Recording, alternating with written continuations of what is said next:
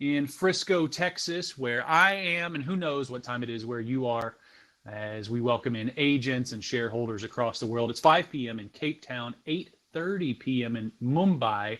Welcome, everybody, wherever you may be joining us from. I am Josh Ellis. I'm the editor-in-chief of Success Magazine, now proudly part of the EXP World Holdings family for going on 6 months, I suppose, since it became official. I'm honored to be with you today to get things kick-started on this final day with just a little housekeeping, a few notes about what you can expect from today's keynotes, as well as where to go, what to do, who to talk to as you try to make the most of this last day of the summit. I'm looking forward to meeting so many of you in person later on this year at EXPCon, but there is, of course, still time to soak in this special event, thanks to the amazing opportunity we have via Verbella to connect and come together like no other company on the planet. And for starters, I've just got to say, what an amazing first couple of days it has already been. I hope that you all have gotten to really absorb the great keynote so far and make your way around the expo hall, hop into some breakout sessions. I was really fired up watching Glenn Sanford's keynote session with Grant Cardone on Monday, because Grant is a former cover guy of Success Magazine. So I knew him a little bit before this relationship with Glenn and EXP developed. And it's just been really cool to see how he and Glenn seem to just get one another and share common goals for the people and the lives that we're all impacting with the work we do. And how cool was it to hear, as a fellow shareholder, that an investor like himself, a savvy businessman, Grant, was putting $1 million of his own money into EXPI. So there's a confidence booster if anybody needed one. Later on that same day, I thought it was great to hear Glenn sharing details of his vision for the company. Through the acquisition of Success, I've gotten the chance to get to know Glenn, and I just can't stress enough how positively he compares to all of the other world-class entrepreneurs and business leaders that I've encountered over the years. He dreams as big as anybody. He always puts people first, and I just think you cannot ask for much more in a leader. And that was all just on Monday, right? Tuesday was every bit as cool. Jamie Kern-Lima's keynote sit down with Brooke Baldwin was awesome. Jamie is somebody that we've really gotten to know closely through Success Magazine in the last few months, and she could not be more genuine. She is sort of the model entrepreneur, right? Somebody who believed in herself, bet on herself, worked to make her dreams a reality. And Brooke Baldwin did such a great job interviewing her. Personally, I had a lot of fun checking out the expo hall yesterday, seeing some of our sponsors, dropping into a couple of the breakout sessions, even got to host a couple of breakout sessions alongside my Success team members. So it's been fun. And I can't believe 2 days have gone by so quickly. But I also want to make sure that we make the most of day 3. So let's get down to business with that housekeeping. First thing I want to make everyone aware of is how to put yourself in the best seat in the house here in the main auditorium, where all of our keynotes are happening throughout the day. And that is via the Stage Zoom button, conveniently located on the bottom left of your screen here in the EXPI World Campus. So click there, and wherever you are in this room, you'll zoom into the catbird seat with a perfect view of all 3 of the screens you see behind me. From there, you can zoom in for a better look at any one of those screens. Just hit the plus icon above that screen, then hit that plus icon one more time, and you'll zoom back out. In the unlikely event of a water landing, or should you just so happen to see no slides or a slide that appears grayed out, go ahead and hit the refresh icon on the top right-hand corner of the screen, and you should be good to go once again. Day 3, so I'm willing to bet that most of you have mastered all this by now, but just a quick reminder if not. So what is coming up today? At the bottom of this hour, on this very stage, our first keynote of the day is none other than Rory Vaden, and this is my dude. as you've been hearing from the success team this week, one of the most exciting things that we've been working on since coming aboard at EXP is the creation of our editorial board. And Rory was our very first call. We knew that we wanted him to be a part of it. He is our entrepreneurship editor with Success. So you see his column in the magazine and his podcast with us, The Success Line, is a mainstay on the Success Podcast Network. And there he dishes out advice and coaching to entrepreneurs and solopreneurs, just like so many of you out there. In fact, you can be a guest on his show and receive live coaching from Rory. He's active on our social network, Achievers, and you all should stay on the lookout for his live trainings and courses over there. Rory is the serial entrepreneur behind many companies that have grown to 8 figures and beyond. He's the co-founder of Brand Builders Group, the best-selling author of Take the Stairs, which is really his ultimate message. And he'll tell you today why doing the hard things strengthens you and amplifies your power in business and life. So Rory's going to share some key insights and erase the common misconceptions a lot of us have about how to overcome procrastination, creative avoidance, as he will call it, distraction, priority dilution, fatigue, and just the other common ways that we sabotage ourselves and our success.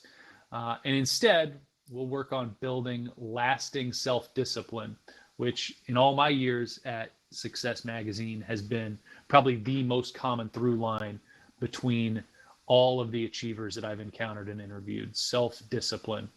They do the hard things. So you're going to leave Rory's keynote with an awareness of your habits for creative avoidance, so you can engage in happier, healthier, more productive lifestyles, quit looking for shortcuts, get back to work, and just adopt an overall results-oriented attitude of discipline so you can reach the goals that you want to reach the most. That's the first big keynote of the day. You're going to love Rory. And then a little later, starting at 10:15 Pacific time, you're going to want to be sure to check out our second keynote event of the day. It's a fireside chat with EXP World Holdings Chief Marketing Officer Courtney Chakaran and Gina Bianchini. Gina is the founder and CEO of Mighty Networks, and her mission at Mighty Networks is to usher in a totally new era of creative business that is built on community. So she and Courtney are going to be having a discussion on purpose-driven communities and where social networks are going in the future. This week, those of us on the Success team, we've been sharing some details. You've all heard it, I'm sure by now, about Achievers, which is our community built through Mighty Networks. And the idea behind it is really being to create a hub for meaningful engagement that brings value to the members.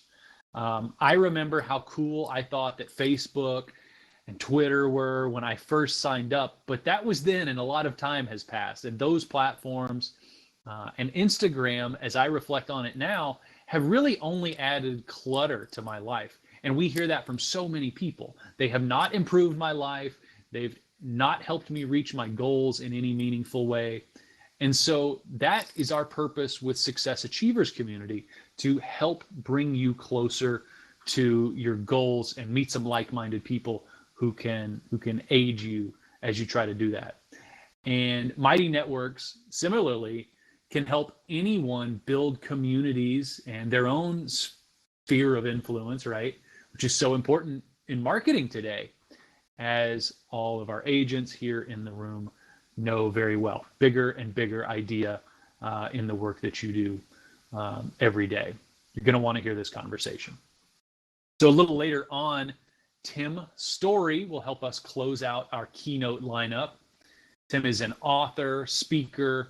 He's a coach, well known for inspiring and motivating people from all walks of life. Big name people come to Tim for help, like entertainment executives, celebrities, millionaire athletes, and then even normal people like you and me. He's worked with adults and children in some of the most deprived neighborhoods in the U.S. He's traveled to 75 countries, spoken to millions of people in his career, sharing tips to create the futures that we desire. And there's well-worn, well-seasoned foundational principles involved, but it's also humor. So this is going to be a fun presentation from Tim, and he's going to get honest with all of us. The goal is to help us overcome the obstacles that are holding us back, and I cannot think of a better person to close out the Shareholder Summit and send us all back to our day-to-day more pumped to give our best for ourselves, our clients, and all of the people who depend on us. But those are just the keynotes. There is much, much more to experience here today, and I want to encourage everybody to do just that. Find time for a breakout session. We've got 90 sessions today alone.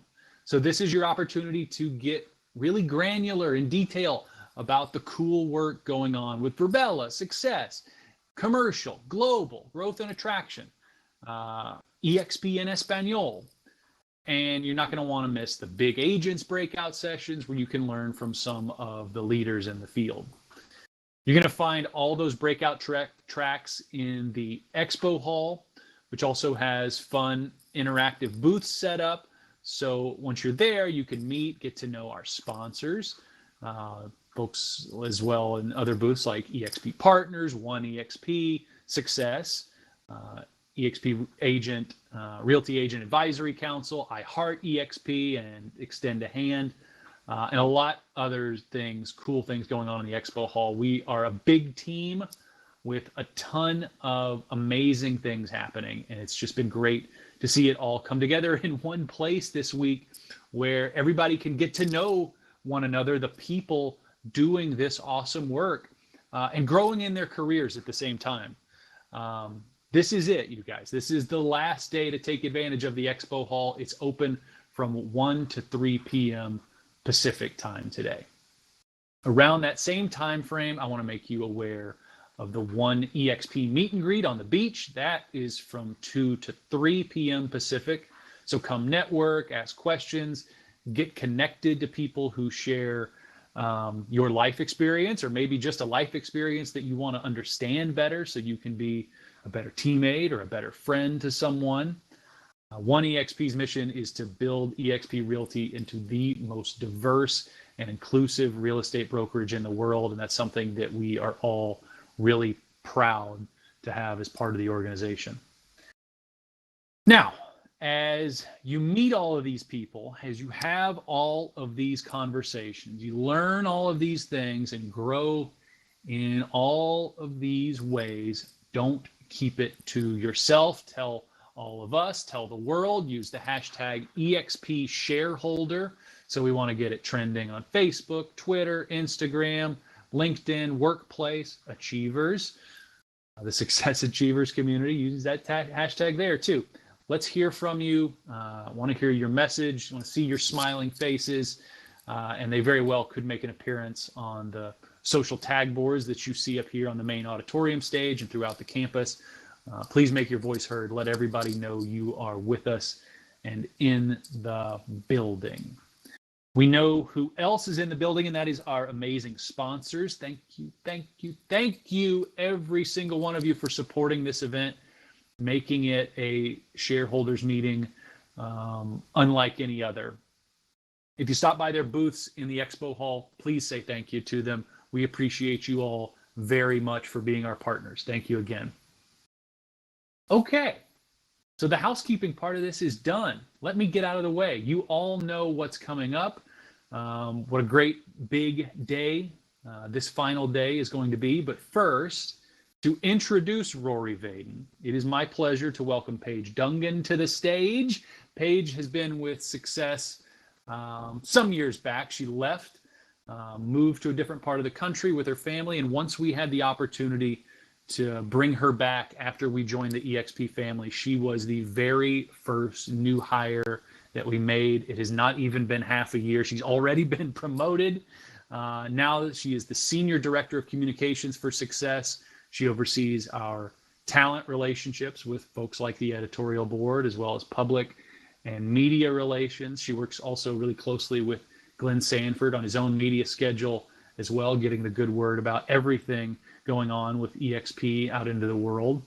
And it's all while managing to be one of the most incredible and supportive teammates that you can imagine. So everybody, I hope you have an amazing day 3 at the EXP World Holdings Shareholder Summit. Thanks for the time, and please welcome to the stage my very good friend, Paige Dungan. Thank you so much, Josh. I really appreciate it. I need to take you everywhere with me for that intro. Hi, shareholders. It's so good to see all of you. I am so excited. It's Success's first time being a part of shareholders, and I cannot tell you what a thrill it is to be here with you today. I get the true honor and pleasure of welcoming not only my colleague, but my dear friend Rory to the stage.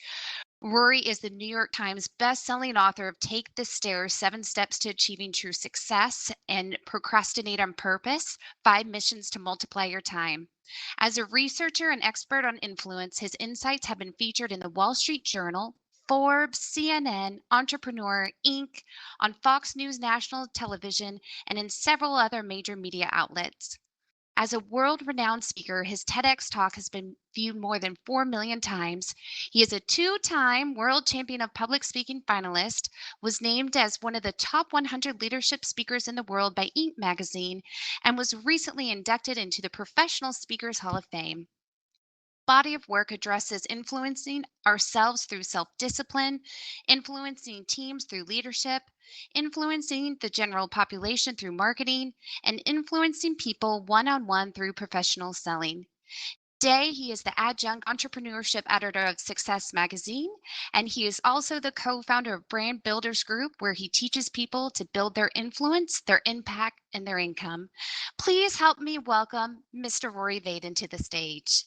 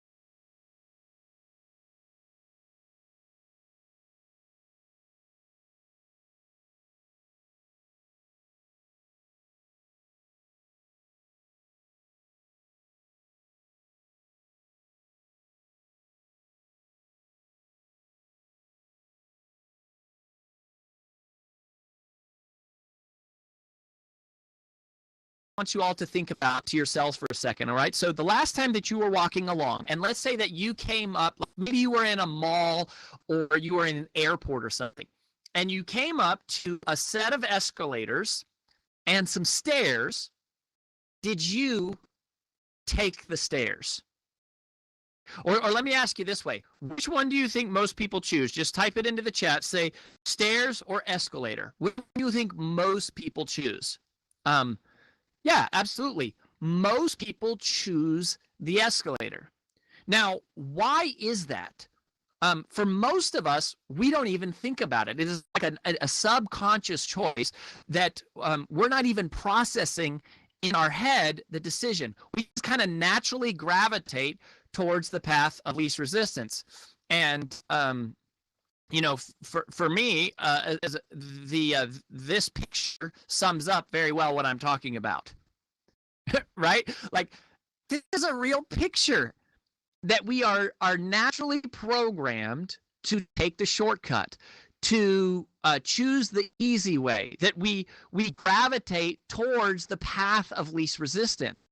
But what is amazing to me is that even though most of us do this, even though most of us take the escalator, when you study successful people, and we work with people who are billionaires, people who have started huge churches and celebrities and athletes and entertainers, and every single time I sit down with one of these people and you hear their real life story, what you find without fail is that success is not about taking the escalator.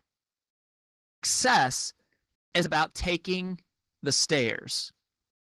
It is about becoming a person who is willing to do the things we know we should be doing, even when we don't feel like doing them. And that is the true story of success. It is the one thing that everyone has in common. I know y'all got to hear from my good friend Jamie Kern-Lima yesterday, right? She has that story. Like, Glenn has that story. Every Grant Cardone has that story. Like, all of the people that we admire have that story, and yet so many of us waste so much time thinking that there is a shortcut, convincing ourselves or second guessing ourselves that there must be an easier way. And the truth is that we have to take the stairs. But the problem is that we don't live in a take the stairs world. We live in much more of an escalator world, right? Like, you don't have to go any further than the nearest magazine stand at the checkout counter to see this kind of stuff, right? There's always somebody out there showing us how to lose our gut the easy way. And they convince us to look for this magic pill or this secret potion or this hidden formula. By the way, this is a picture of Glenn Sanford with his shirt off. But there is always somebody that is encouraging us with this false idea. I mean, in the United States, entire industries collapsed because every single time we turned around, we had somebody new show us, how can I buy it now? How can I have it now? How can I enjoy it now? And yet, I don't want to have to pay for it until later. And this buying on credit mentality perhaps works in some parts of our life, but it is not the true story about the shortest distance between where we are and achieving the things that we want.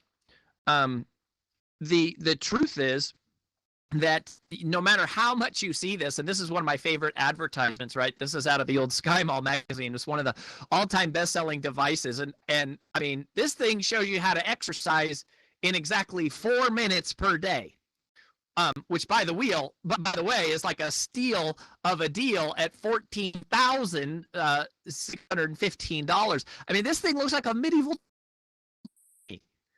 But this is the world that we live in. It is a world of escalators, a world of shortcuts. It is what most people do. But it is not what successful people do. The one habit that we believe and we have found to be in common with every ultra performer, which is a top 1%er, regardless of their industry, is that they're doing the things they know they should be doing even when they don't feel like doing them. They are taking the stairs. Now, there is, for most of us, we kind of know what we should do. Like, the challenge is often not knowing what we should do. The challenge is that for most of us, we put off doing the thing we know we should be doing. And in the professional world, there's a word for this, by the way, and type it into the chat if you know what it is. Like, what is the word that we use in the English language for putting off things that we know we should be doing? Yeah, it's the P word. It's procrastination. That's great. Some of you are familiar with the concept already. That's great. Procrastination is the thing that kills so many dreams. And we've heard that kind of stuff before about procrastination, but we actually started to assess the empirical cost of procrastination. Like, we were interested in what procrastination, like, what are the financial impacts on an organization, and that is something that we were studying, and we were looking at, and we found a study of 10,000 U.S. employees who were anonymously asked the question, in a given 40-hour work week, how much time do we spend while on the job but on non-job related activities? And what the study said is that the average employee self-admits to wasting 2.09 hours each day. 2.09 hours each day. So then we went to the U.S. Department of Labor, the Bureau of Statistics, and we found that nationwide, the average salaried employee makes about $40,000 a year. So about $19.13 an hour, which means that if we are procrastinating an average of 2 hours out of every given day, that our procrastination costs employers $10,396 per year per employee. Procrastination is the most expensive invisible cost in business today. And yet nobody ever talks about this as a real cost, because it's not like we have a line item in our budget to manage the procrastination expense, right? We don't record it in our personal checkbook register whenever we procrastinate. But this is a very real cost in hard dollars. And for those of you that are realtors in the room, or those of you that are in some kind of a pay for performance model, or anyone who is an entrepreneur or an entrepreneur, right? If we're wasting 2 hours out of every day, the cost is way more than $10,000 per year to us, because our potential of earnings is much higher if we use that time to perform. And so in the United States, we're not just a nation of procrastinators. We have become what I like to call a procrastination. A procrastination. And I want to introduce to you 3 specific types of procrastination that you may not be aware of. Okay, so the first type of procrastination is what we call classic procrastination.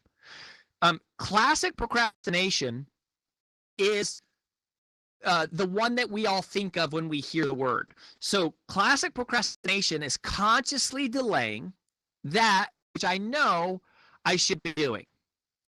So, for example, let's say I come home from work at night. I have a stack of bills on the kitchen counter. No one has to tell me to pay the bills. Like, as an adult, I kind of know, okay, I should pay the bills, right? But I'm tired and I'm exhausted and whatever, and so I just say, you know what? I'm not going to pay the bills. I'm just going to sit on the couch and zone out and just watch SportsCenter. Now, I don't really watch SportsCenter. I'm just trying to connect with the guys here a little bit. The truth is, I watch Modern Family reruns, right? That's what I do personally, is watch Modern Family. But that is what we all think of when we hear the word. But procrastination is not the most dangerous. Classic procrastination isn't the most dangerous type of procrastination because we know when we are doing it. And so we actually invented these other two types of procrastination. Well, we didn't invent them, but we coined the terms that identified these. And the second one here was a real issue for me personally, because when the Stairs book comes out, it hits the New York Times list, and I'm in the media, and all of a sudden people are interviewing me, talking to me about how do we influence ourselves to be more successful and overcome procrastination.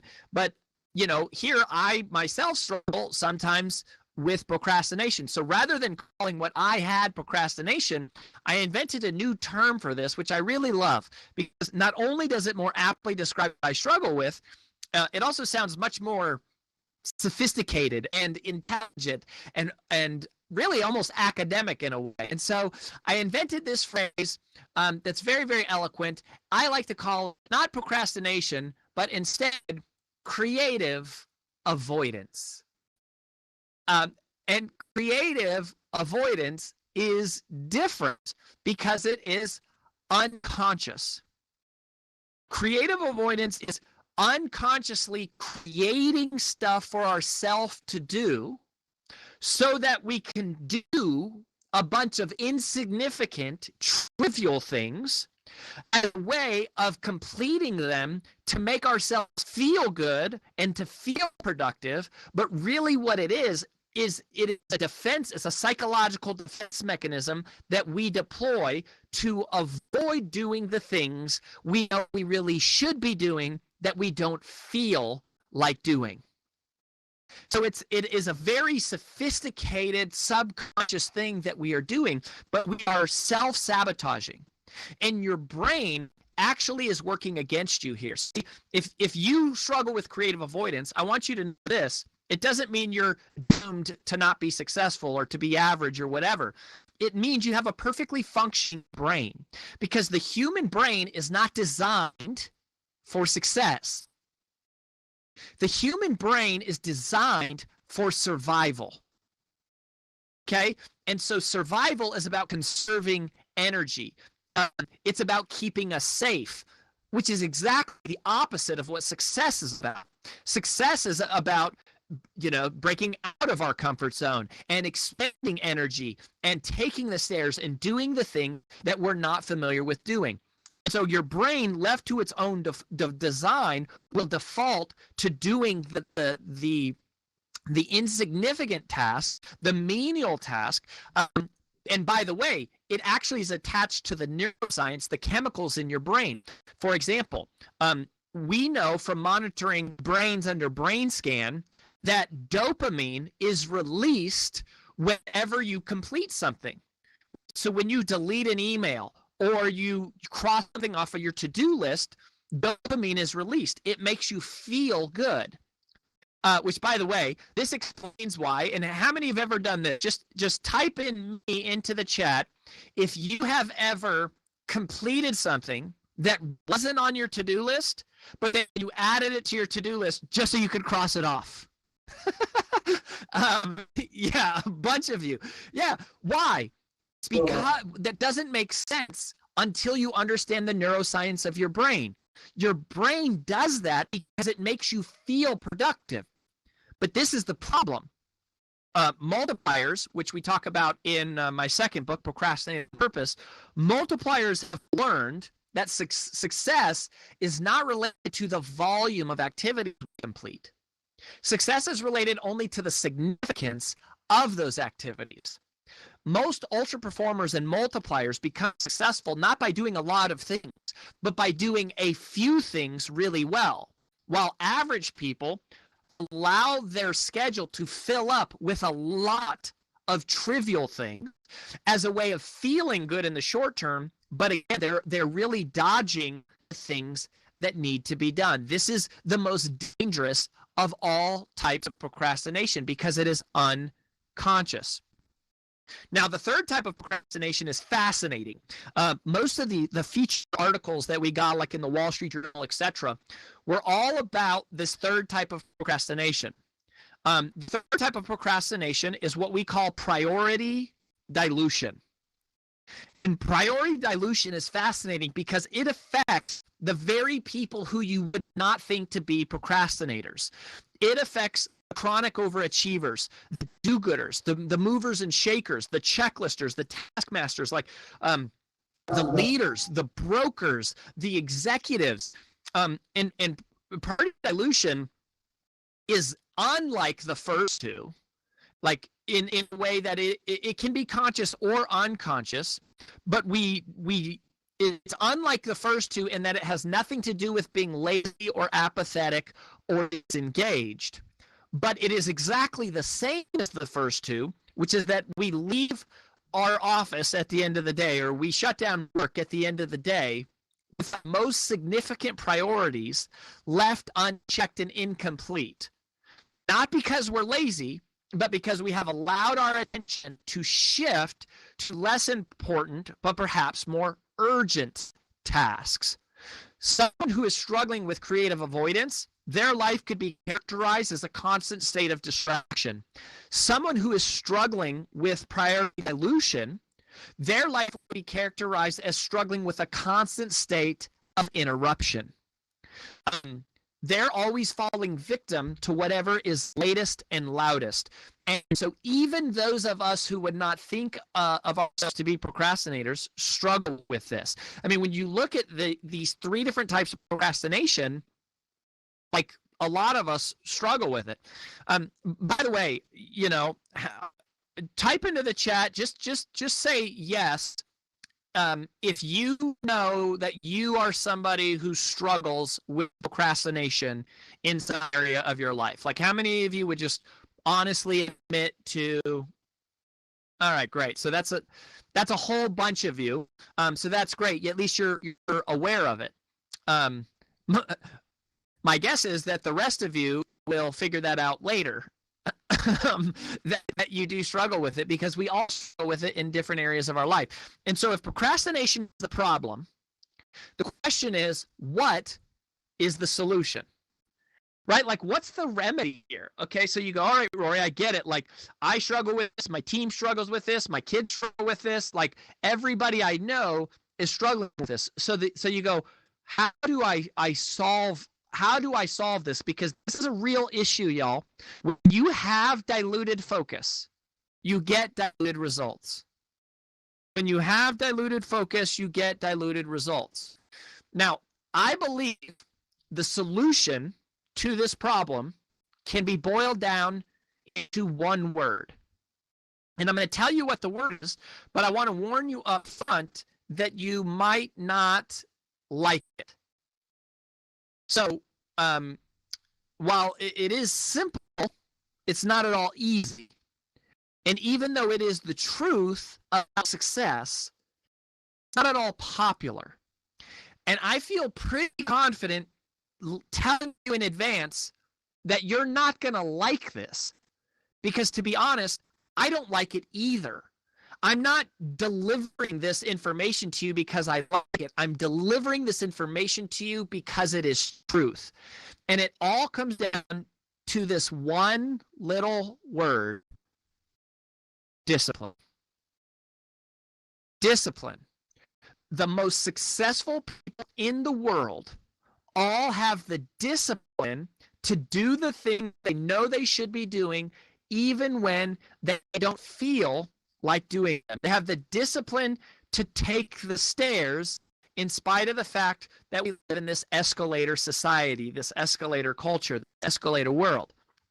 Now, I want you to realize that a lot of us, when we hear discipline, like we have different responses to the word. Now, I was very fortunate to learn about discipline at a young age, because when I was just 5 years old, my mom put me into martial arts. And so I started studying martial arts at age 5. Well, by age 10, I had become the youngest black belt in Colorado to ever get beaten by a girl. And I used to fight with my mom because I was like, Mom, I hate this. This sucks. Like, I don't like this. I don't enjoy this. This isn't fun for me. And my mom used to always say the same thing back to me. She would look at me and she would be like, oh, that's okay, Rory, because enjoying it isn't a requirement of doing it. Enjoying it isn't a requirement of doing it. Hashtag Rory's mom. Like, straight up, how many of you had a mom like that? Like, or how many of you are that mom? I bet some of you are that mom. Enjoying it isn't a requirement of doing it. What a great lesson to learn as kids, and yet we become these sophisticated adults, and all too often we lose sight of that all-important truth that enjoying it isn't a requirement of doing it. Well, where I really learned the most about discipline actually was from an unexpected place. It wasn't from martial arts. It wasn't from my family. It wasn't from school. It wasn't from research. It wasn't even from being an entrepreneur. Where I really learned the most about discipline was from my college summer job. So I was a freshman at Denver University, DU, Dollars Unlimited, as I like to call it. And I was a really nerdy, shy accounting major.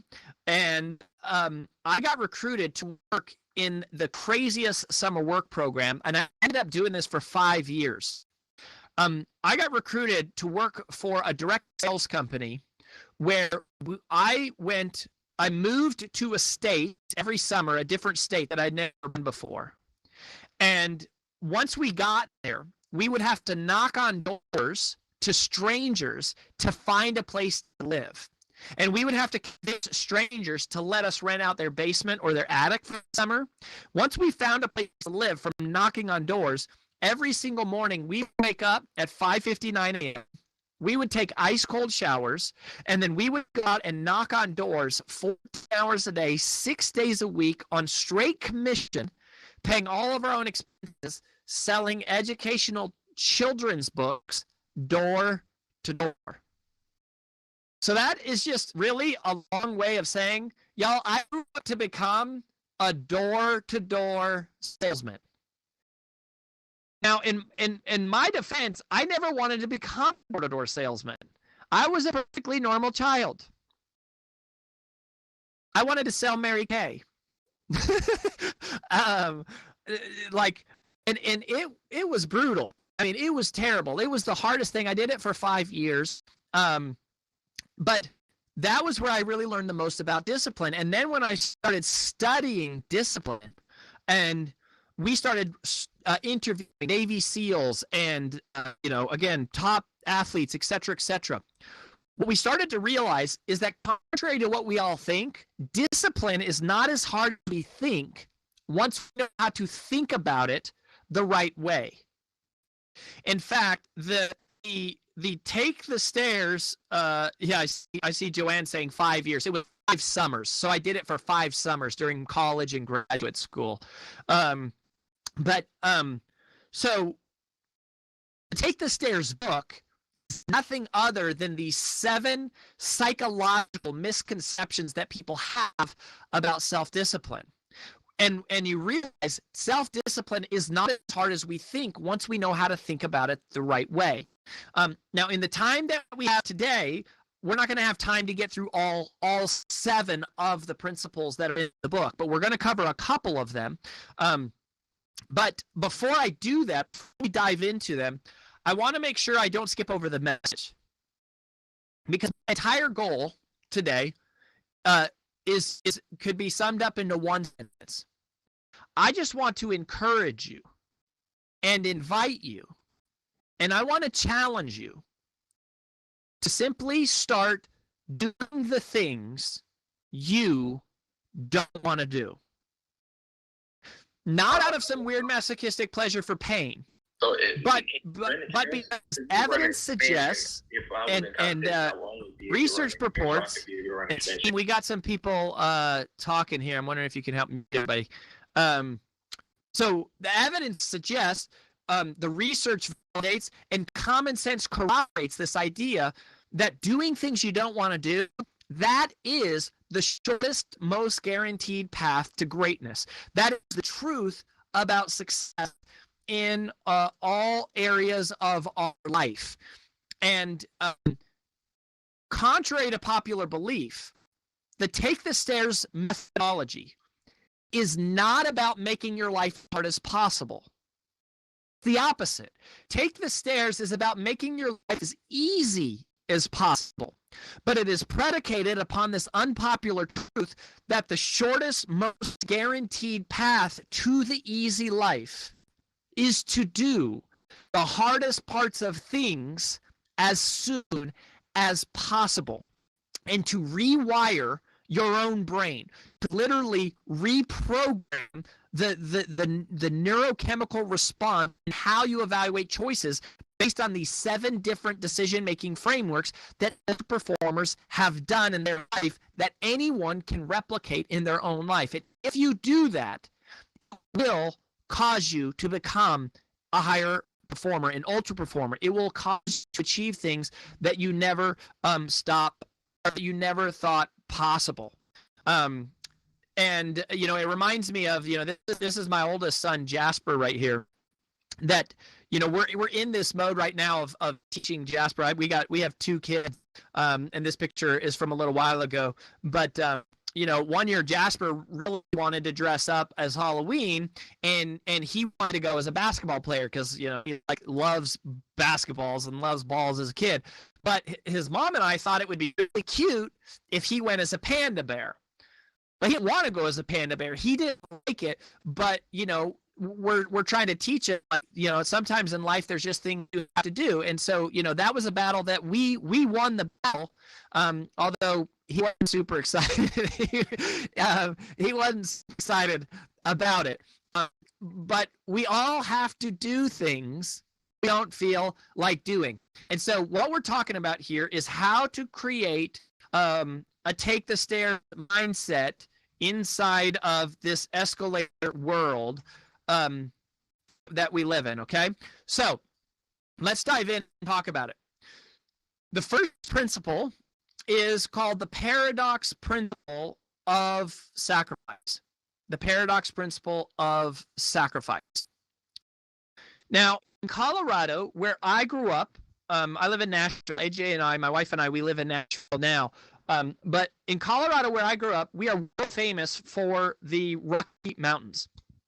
And to the western part of the state are the Great Rocky Mountains.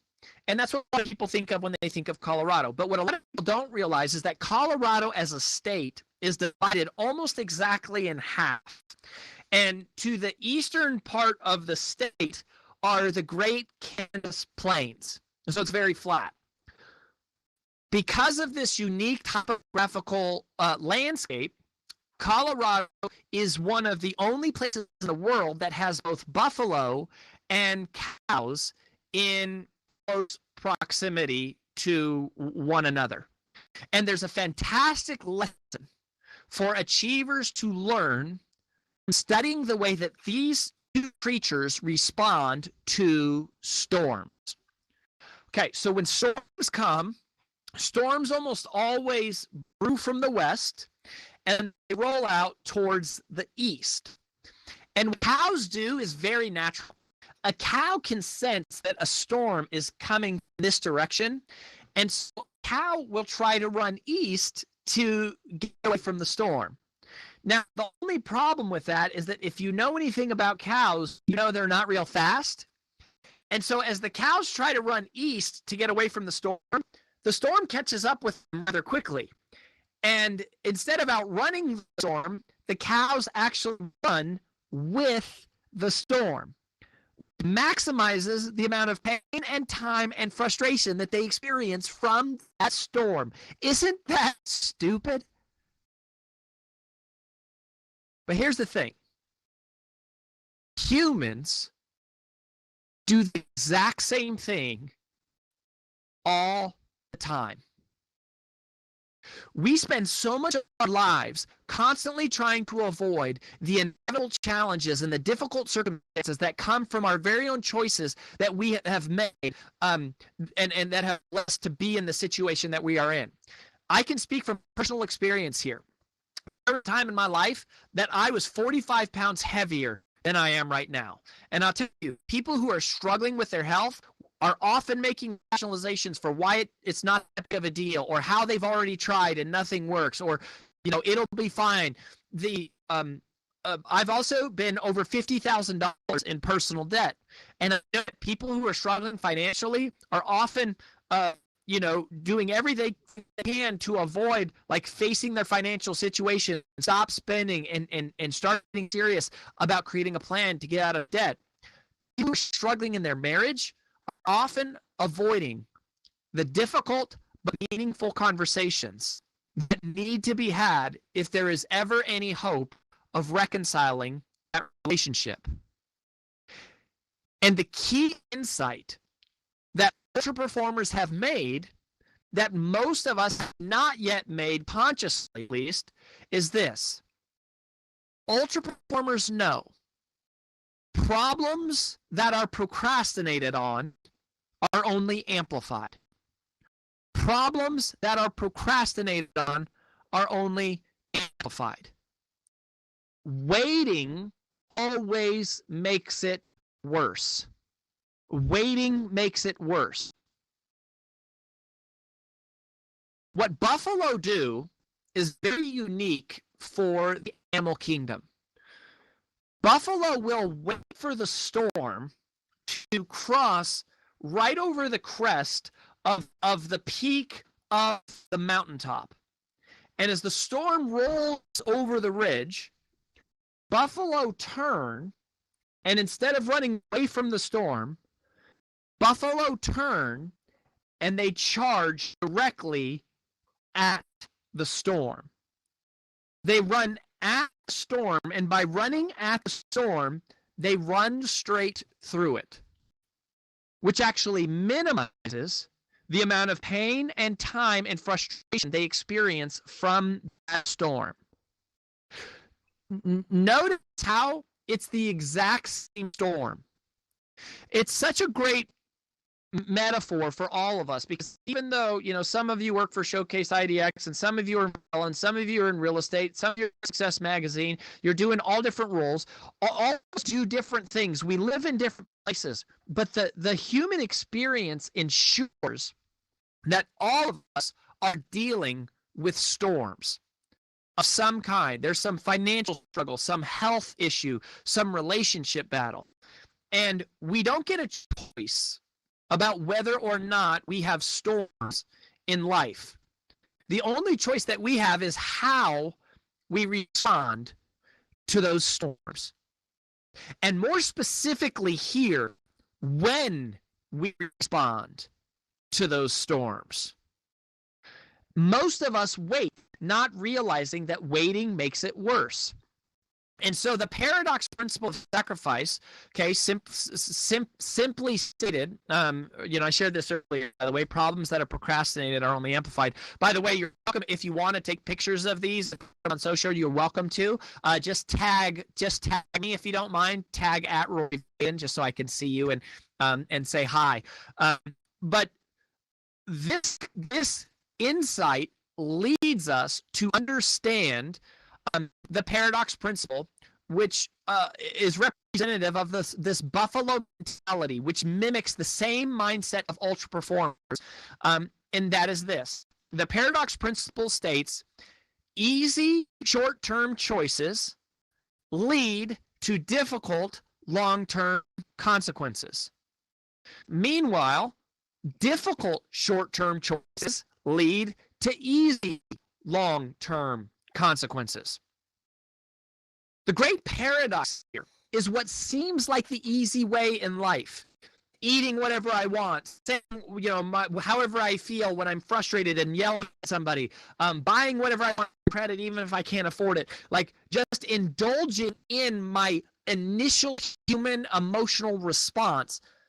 That indulgence of the short term seems like the easy way in life. What it actually is a vehicle to the more difficult life, to broken relationships, to being in debt, to falling behind, to feeling anxiety and depression, to dealing with the kind of results and circumstances that cause life to be much more difficult.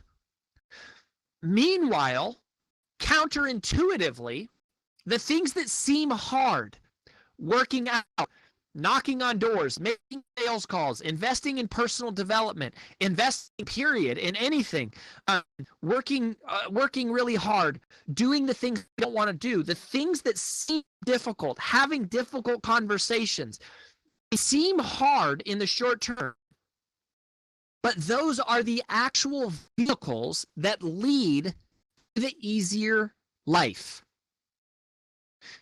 And so what we have to realize and what we have to come to grips with, that we always pay a price. And this first principle, this first of the 7 principles around sacrifice, is realizing and accepting that we always pay a price. It is impossible to go through life without paying a price. We either pay the price now, today, or we will pay the price later with interest. Because procrastination and indulgence are really nothing more than creditors that charge you interest. Procrastination and indulgence are creditors that charge you interest. That is where we have to get to. Now, in various companies, so my wife and I built a company over the course of 12 years that we sold in 2018. When we were there, our team had worked with thousands of different offices, real estate companies, mortgage, insurance, I mean, all over the country. To the Brand Builders Group, we work with mission-driven messengers. We work with influencers and people who are trying to grow their public profile persona. But we have worked with thousands of teams, and out of all the teams that we've ever worked with, we have only found one team that has virtually completely eradicated procrastination from the workplace culture. And it is through such a radical system of accountability that I didn't think y'all would believe me if I explained it to you. So rather than explain it to you, we brought a video for you from their office. All right, so I'm going to try to see if I can play this video for you.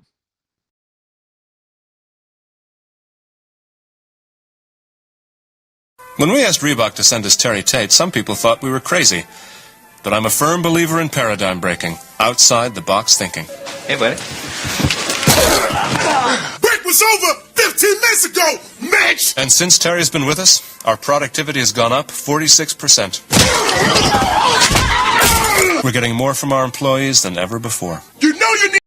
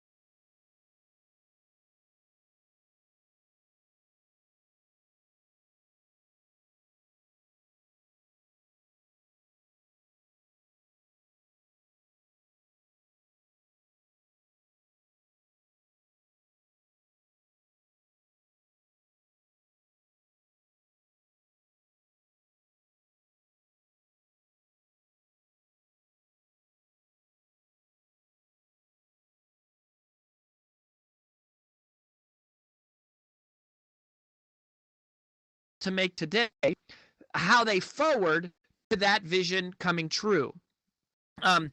Thereby creates a context for discipline to happen. It's a context for sacrifice. And our discipline engages automatically. Our discipline engages as a byproduct of connecting it by context to a vision that we care about.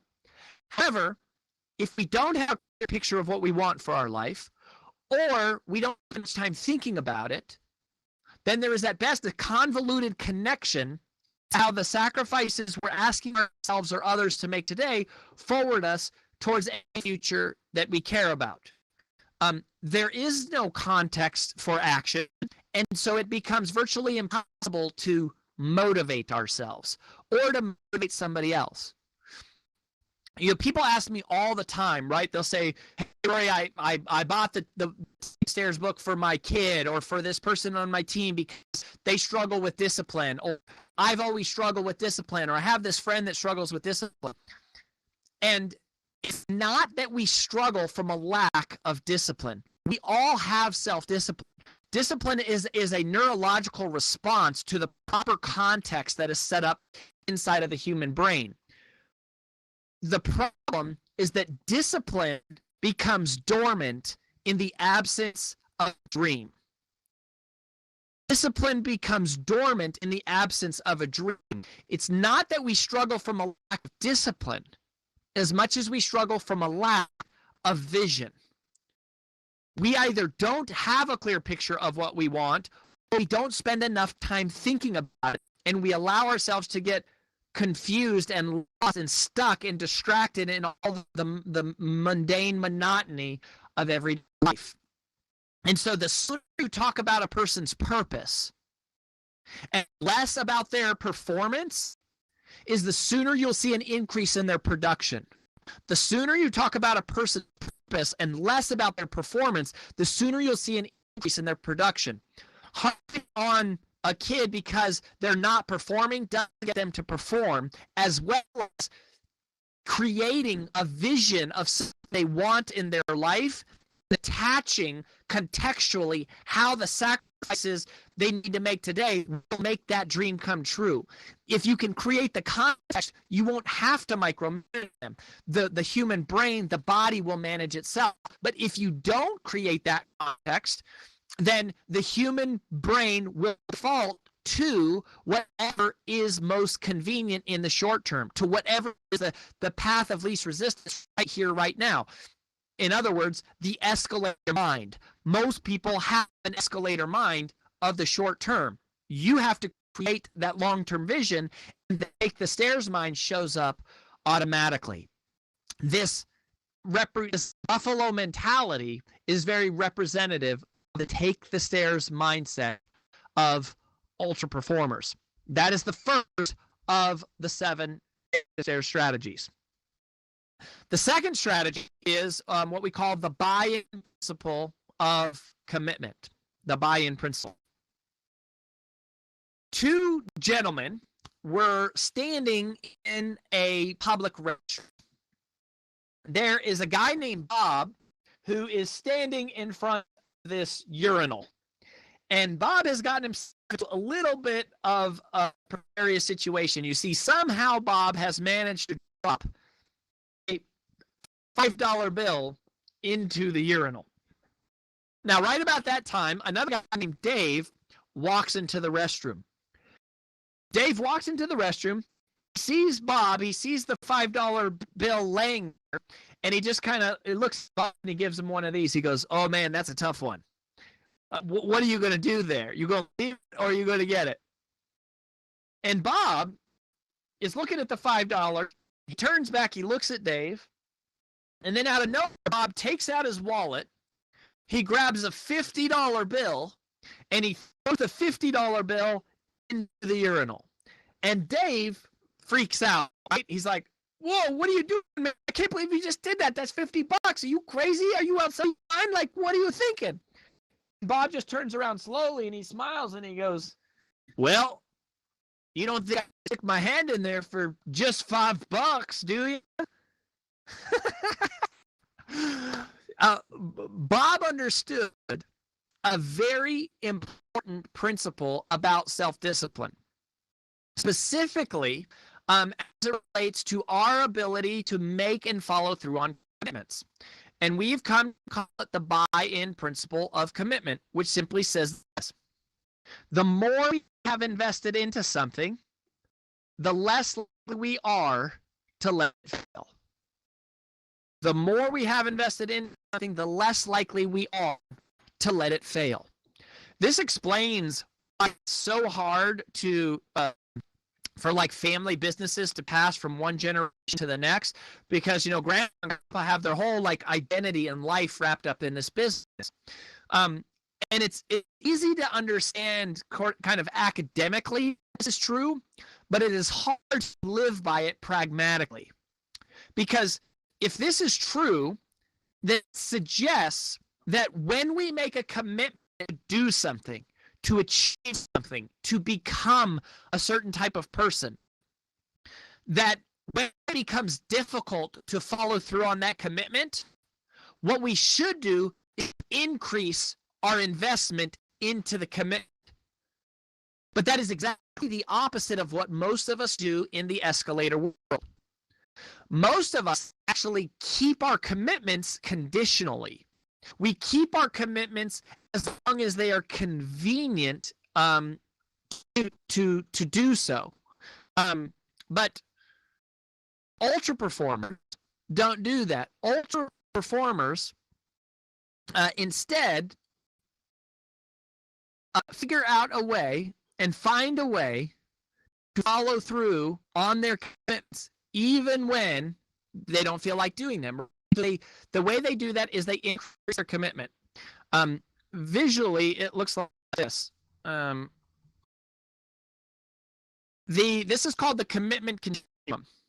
And the commitment continuum is meant to be a visual depiction that codifies the thought process that ultra performers use in their mind whenever they are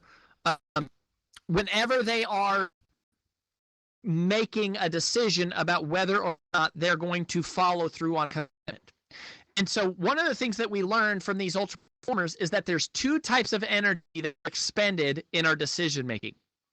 The first type of energy is the energy that we are about when it comes to making a decision, which is the physical energy required to execute that decision. For example, okay, let's just say this. Hypothetically, let's pretend that at some point in your life, you made a resolution to lose a little weight. Okay? Hypothetically. My mom always tells me, she says, don't you look at anybody when you're saying that, you're looking at them. So I always look up when I say that one, right? Like, I'm not looking at anybody. I can't even see y'all. Y'all look great. But let's say that we made that resolution, and today is the day, now is the time to follow through on that commitment.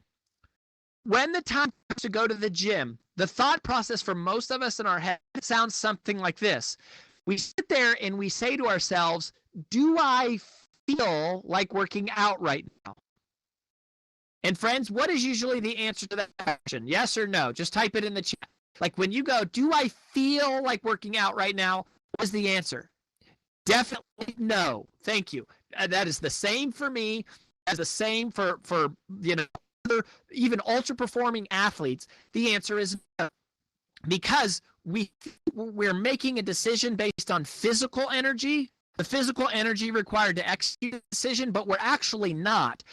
We're actually making a decision based on emotional energy. There is emotional energy that is expended in simply making decisions. And in fact, very often, the emotional energy of making the decision is much greater even than the physical energy required to execute the decision. I think this way. The hard part is not getting ourselves onto the treadmill once we're at the gym. That's not the hard part.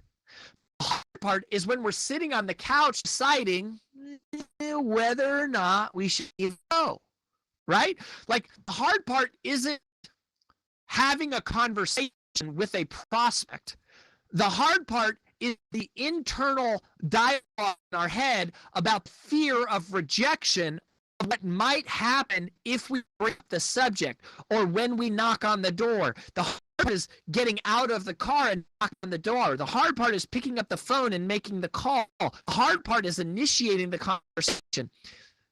And what's ironic is most of us are losing in our life, not to what is happening. We're losing in our life to the story, the made-up story of what might happen when we make the phone call, of what might happen when we launch the new marketing initiative.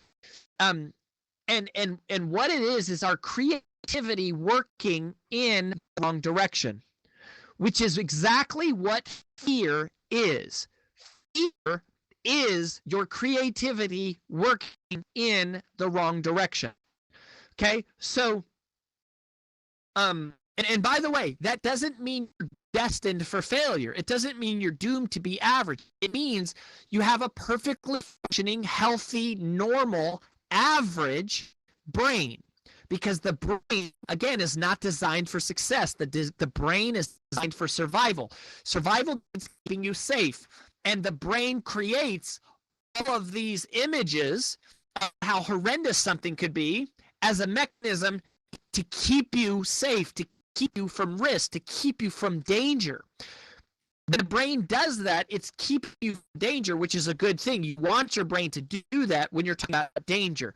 But you don't necessarily want that to be the case when you're pursuing success, where it's not really about danger. It's just about fear.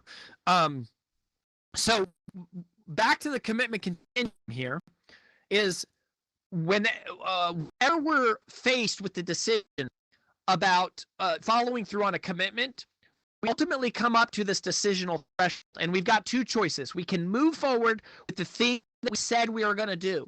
We can continue on with accomplishing or pursuing the goal we want for our life, but it is inconvenient. It is difficult. It is uncomfortable.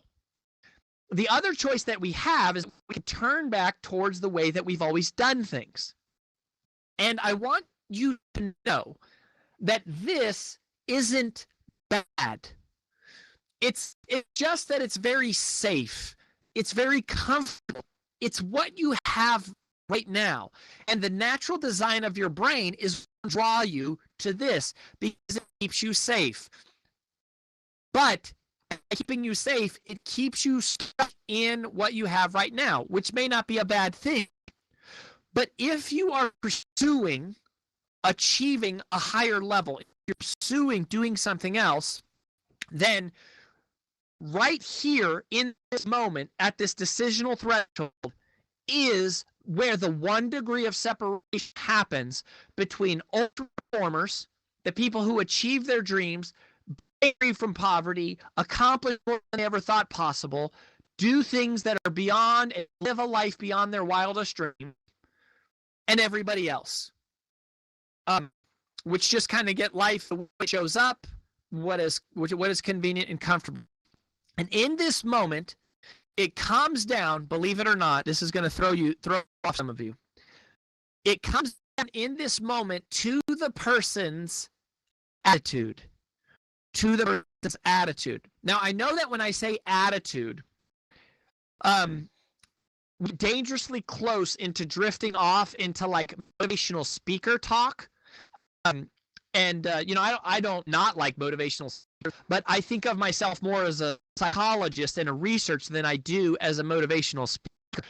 And I've always been a little bit skeptical of attitude because it feels somehow unscientific or unresearched. It feels impractical. It feels fluffy or soft.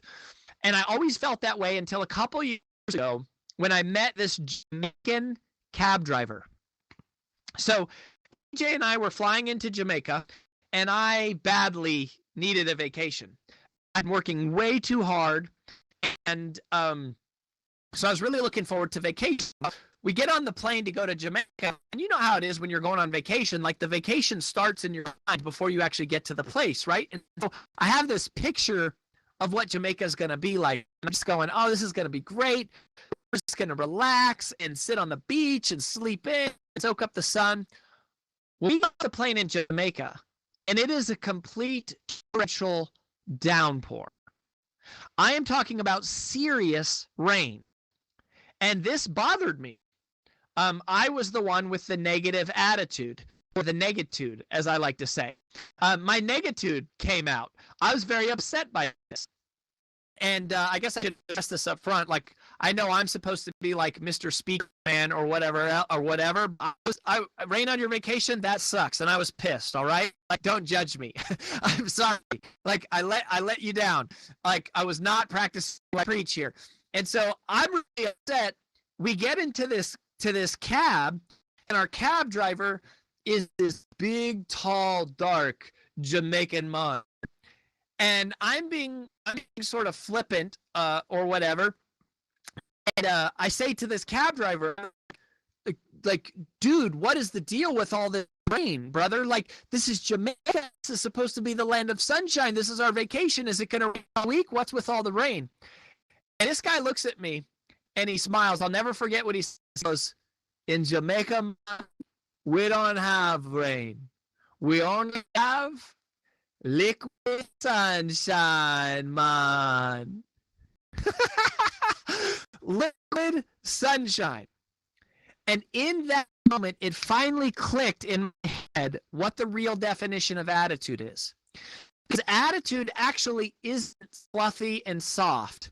It's extremely practical. It's extremely pragmatic when you really understand it. So here's the definition I offer for attitude. Attitude is simply this: the way you choose to see things. That's it. The way you choose to see things. You can choose to see it as rain, or you can choose to see it as liquid sunshine. What we do not get a choice over, however, is whether or not those drops fall from the sky. And that is the problem most of us get screwed up, is we expend all of our emotional energy being frustrated that the rain is falling from the sky, that we have no emotional energy left over to make a healthy, proactive decision, like going and getting an umbrella and then just continuing on. And that is a big deal and a big error in judgment. So here's how the commitment continuum works. When we come up to this decisional threshold, the attitude that most of us have is, you know what? I'm not sure yet. I'm not sure that was my commitment. I'm not sure I'm actually capable of achieving that.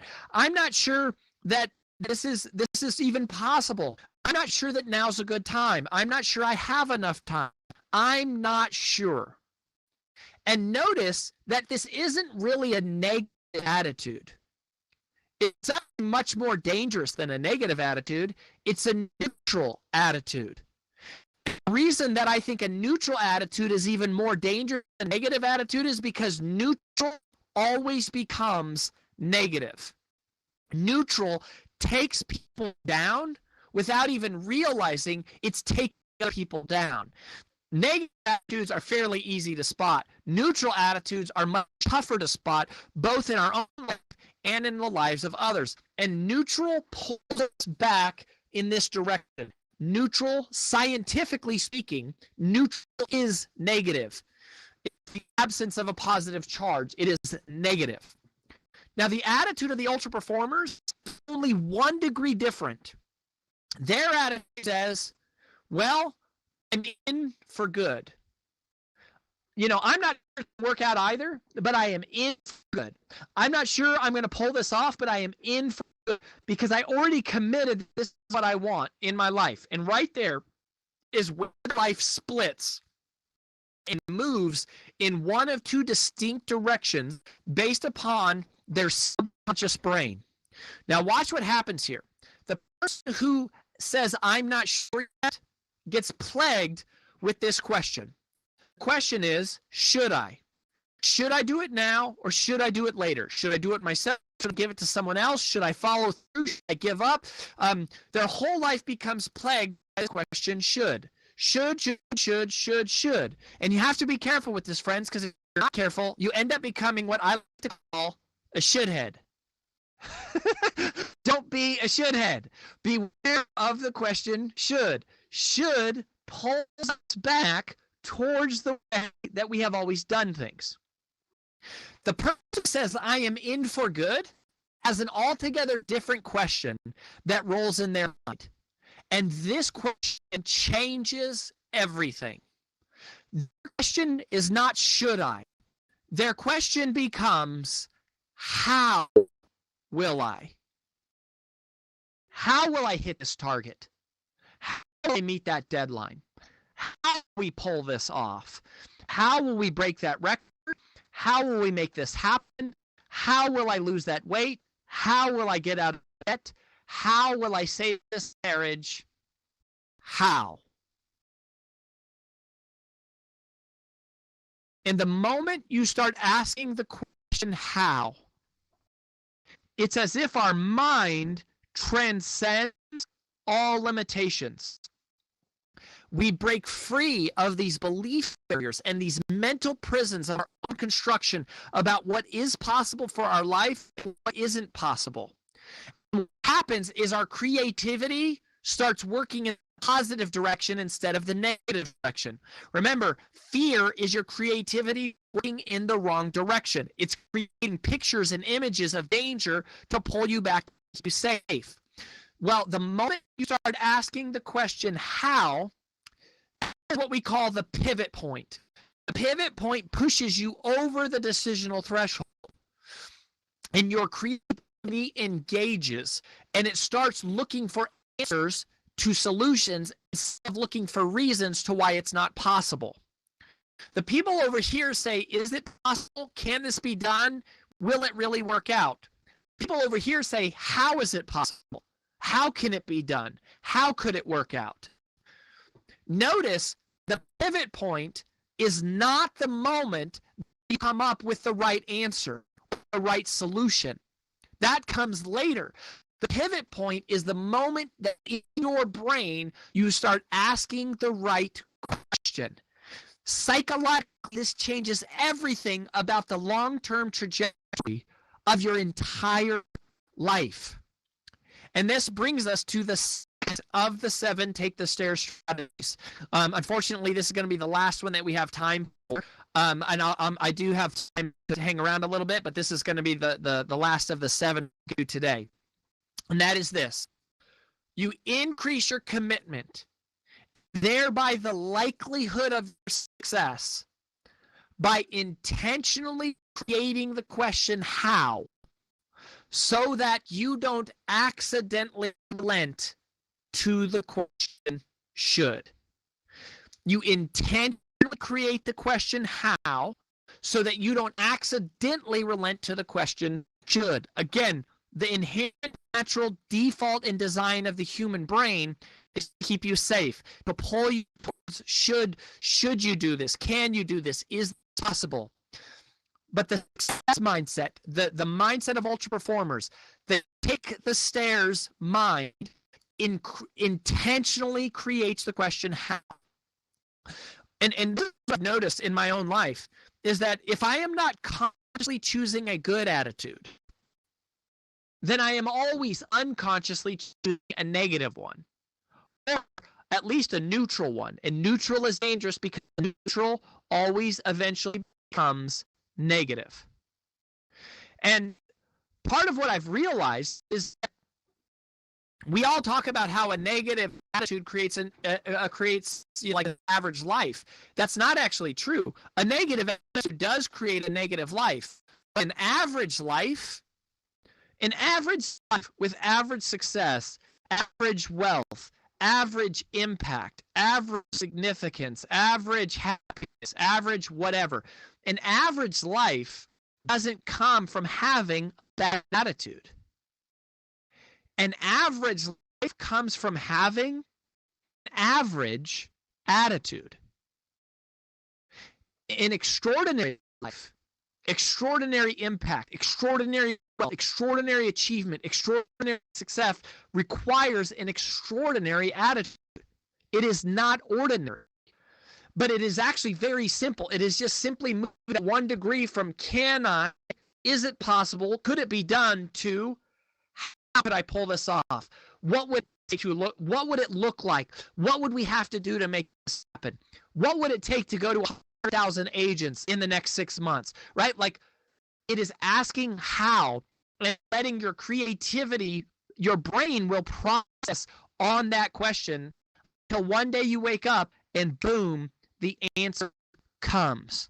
The answer will show up if you ask the right question. But if you ask, is it possible? Can it be done? Your brain will process until it finds a justifiable excuse or condition or reason or circumstance to prevent you from expending the energy that is required to achieve success. But if you let the brain process on how can it be done, the brain will process and go until it finds the answer to how it can be done. Now, one of the things that people ask me a lot is they say, Rory, what the heck does this have to do with the work that you all do in the Brand Builders group, right? Like you teach people how to build and monetize their personal brand. You teach people how to grow their influence. And, you know, that's how I met, was through our work at Brand Builders group. We started working with him as a client, and then we became friends, and then he got Success Magazine, and then he asked me to come on Success Magazine as the entrepreneur editor. And people don't always see the connection. They go, Rory, what is the connection here between like self-discipline and influence? Like, what does being a take the stairs person have to do with growing my marketing strategy, with having more followers, with having more impact, with having more significance? What is the connection between these two? Good question, because it's not obvious. It's not obvious what the connection is between self-discipline and influence until you realize this. One of the things that my pastor shared with me one time that changed my life was, he said, your influence will never grow wider than your character runs deep. Your influence will never grow wider than your character runs deep. That's the connection. Before I can influence the world around me, I have to influence myself. I have to be able to get myself to take action on the things that I know are good for me. And the more power I have in that, the stronger I am at doing that. The more capable I am at influencing myself, the more powerful I become at influencing others to do the same thing. Your influence will never grow wider than your character runs deep. And so that is why even when people hire us to help them with their personal brand strategy, right, to help them create online funnels and social media campaigns, digital marketing, and help them write books and launch podcasts and build their presence, reputation, as we say. We believe that reputation precedes revenue. Even as they hire us to do those more external things, the success of those external tactics are directly connected to the internal work on somebody's character. But this is what we spend our time doing, is helping people grow their influence. Influencing themselves, influencing their teams, influencing another person, which we would call sales, influencing a team, which we would call leadership, entrepreneurship, which is the work that I'm doing at Success, or influencing a community, which is the work that we do at Brand Builders Group. So the work that I'm doing at Success, the entrepreneurship editor, is how do you influence your team? How do you influence your company? How do you influence the group of people around you to actively towards success? Podcast that I'm hosting for Success every week is called Success Line, and we're talking to real life entrepreneurs. Here's what a lot of people don't realize about this podcast. You are the star of the show. Like, you literally get to come on to the show. It's not just me talking, and it's not me interviewing experts. The Success Line is me doing real life, free, one-on-one coaching calls with people. And if you listen to the episode, it'll tell you how you can to come on and be a guest and free coaching with me. And that is what the episodes are. And if you listen to past episodes, you'll see that is what they are. So that is influencing a team. Now, when you look at influencing a community, how to grow your personal influence, there's two things that I want to offer you. These are two free gifts I have for everybody. The first one is a free video training course.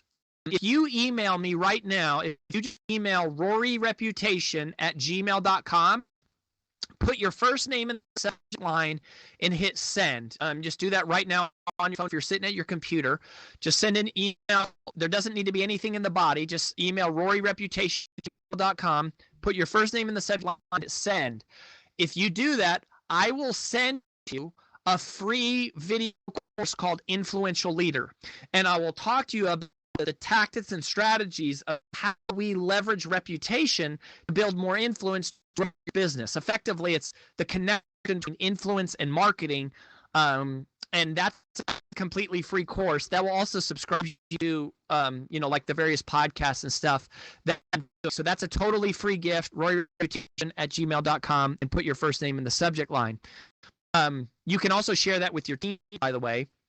The other thing, just the last little item, and then we'll open it up here for questions, is that if you are wanting to create a strategy to grow your personal brand, like if you specifically are going, I need to create a strategy around social media, podcasting, blogging, videos, content marketing, YouTube, writing books, creating books, building funnels.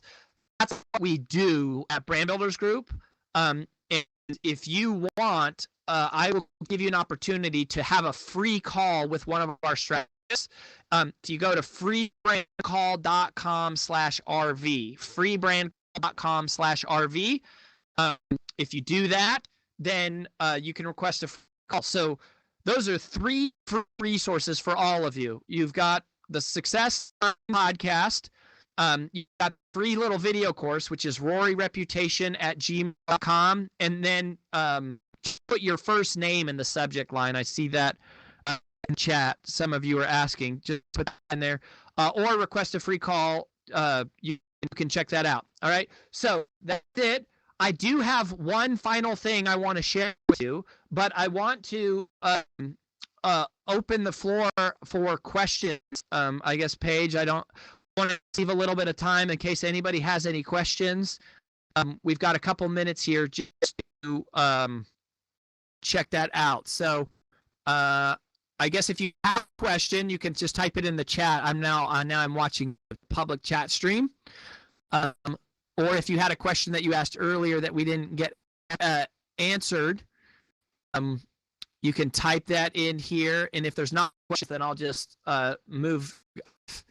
My very favorite thing I still have to share here at the very end, but let's see.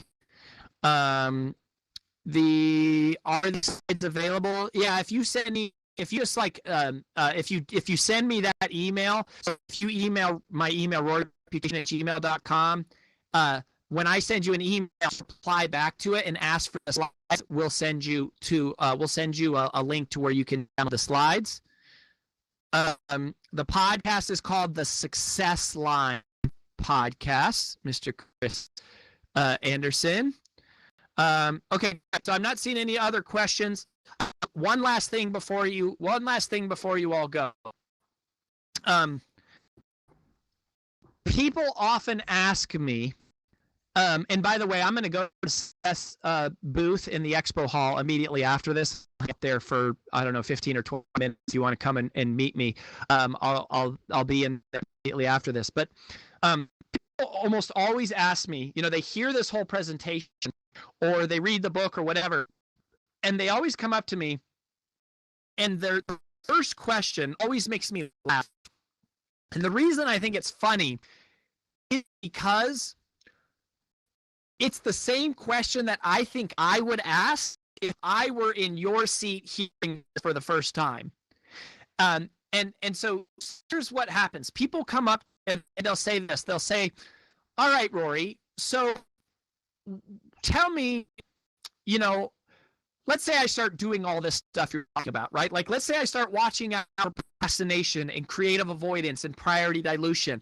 And I start, leveraging long-term vision to endure short-term sacrifices. And I start being committed, and I'm asking the question how, and I'm being deliberate in choosing the attitude of how is this possible? And I'm being disciplined, and I'm doing things I don't want to do, and I'm taking the stairs. How long do I have to do all that for? Like, that's the question, is that how long do I have to do that for? Well, I'm going to give you the answer. And again, the answer is not what you want to hear, but it's the answer that we all need to hear. The truth is that we never get to stop being disciplined. We never do. Now, that doesn't mean that life is going to be one big giant trip to the gym, or that we're only going to eat foliage, right? Like, the reason that we never get to discipline, though, is because of something that we wrote about in Take the Stairs called the rent axiom. And the rent axiom says this: that no matter who you are or what you've ever done, success is never owned. Success is only rented. And the rent is due every day. Success is never owned. Success is rented. And the rent is due every day. And you can take out that word success and put in for it whatever you want that matters most to you in your life. Being in great physical health is never owned. It is rented, and the rent is due every day. Financial security is never owned. It is rented, and the rent is due every day.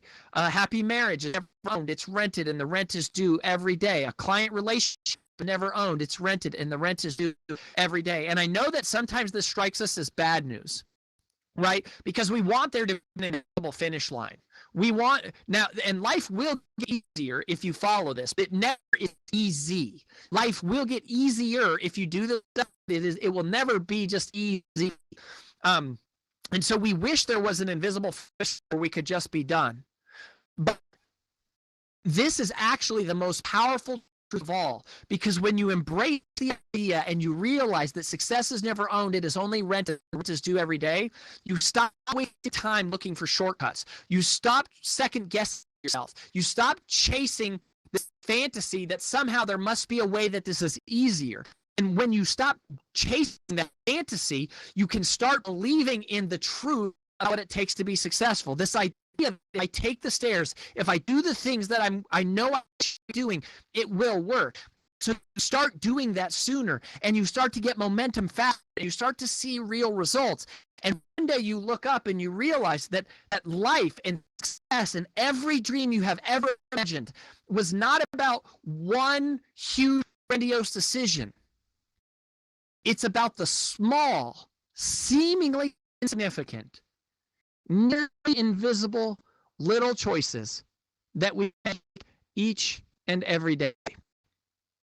So, my friends, the next time you're in front of a set of escalators and some stairs, take the stairs.